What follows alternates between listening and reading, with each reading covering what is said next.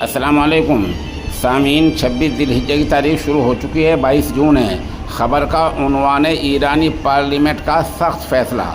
अपनाए हुर्मुज़ बंद करने का फ़ैसला किया गया है, जिससे अभी 2-4 दिन के अंदर तेल की कीमतों में आग लग सकती है, पेट्रोल और डीजल कीमतें बढ़ सकती हैं। ख़बर और तफसील सुनिए। ईरानी एटमी तनसीबात पर अमरीकी हमलों के बाद ईरान के पार्लियामेंट ने अपनाए हुर्मुज़ बंद करने की मंजूरी दी है। हतमी फ़ैसला ईरानी नेशनल सिक्योरिटी कौंसिल करेगी। अपनाए हुर्मुज़ स्ट्रेट ऑफ हुर्मुज़ की अहमियत क्या है? अपनाए हुर्मुज़ दुनिया का सबसे अहम तेल और LNG का ट्रांजिट पॉइंट है।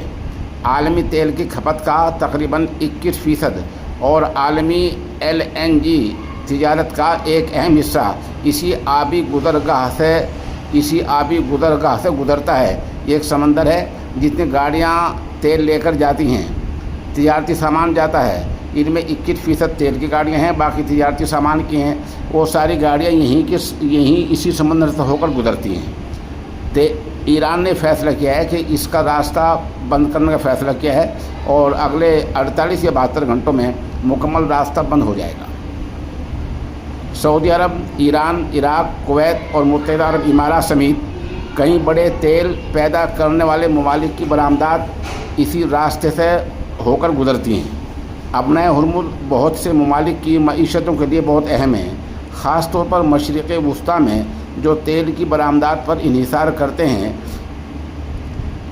अपना के रास्ते ट्रैफिक में किसी किस्म की रुकावट के शदीद माशी नताइज हो सकते हैं। तेल की कीमतों में इजाफा हो सकता है।